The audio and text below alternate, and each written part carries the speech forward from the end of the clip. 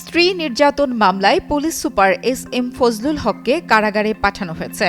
Footage নেওয়ার সময় বেশ কয়েকটি গণমাধ্যম কর্মীর ওপর হামলা করেন সাবেক এই পুলিশ কর্মকর্তা। এ ঘটনায় সাময়িক বরখাস্ত পুলিশ সুপার এস.এম. ফজলুল হকের বিরুদ্ধে অভিযোগ দায়ের হয়েছে। মঙ্গলবার রাতে সাংবাদিক কাউসার হাবিব বাদী হয়ে নাটোর সদর থানায় অভিযোগটি দায়ের করেন। এ সময় নাটোরে কর্মরত বিভিন্ন গণমাধ্যম কর্মীরা উপস্থিত ছিলেন।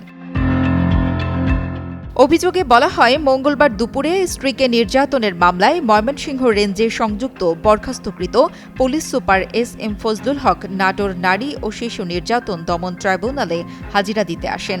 পরে বিচারক জামিন নামঞ্জুর করে তাকে জেল হাজতে পাঠানোর নির্দেশ দেয়।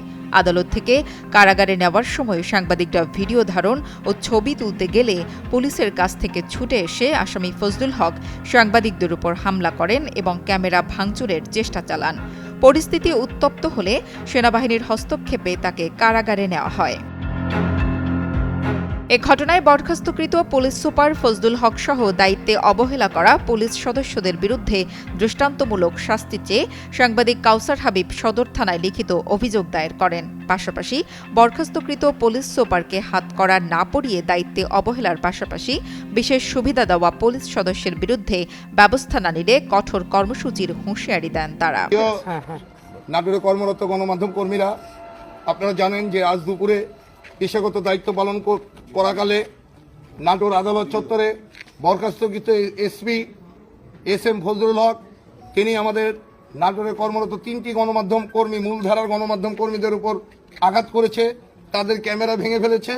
এই ঘটনার আমরা তাৎক্ষণিক সেখানে প্রতিবাদ জানিয়েছি এবং আমরা বিষয়টি জেলা প্রশাসক, পুলিশ সুপার সহ প্রশাসনের ঊর্ধ্বতন কর্তৃপক্ষকে জানিয়েছি। পেশাগত দায়িত্ব পালন করতে গিয়ে তিনি যে অধ্যত্বপূর্ণ আচরণ দেখিয়েছেন, আর আমরা সবচেয়ে বড় অবাক হয়েছি যে একজন আসামির হাতকড়া থাকবে, হাতকড়া না থাকার কারণেই কিন্তু এ ধরনের ঘটনার পরিস্থিতির সৃষ্টি হয়। আর এই ঘটনার পরে কিন্তু আমরা দেখেছি যে বৈষম্য বিরোধী আন্দোলনের যে ছাত্ররা রয়েছে এবং নাটোরের যে সাধারণ জনতা রয়েছে তারা কিন্তু আমাদের সাথে একত্রতা প্রকাশ করেছে এবং এটার তুমুল আন্দোলন করেছে।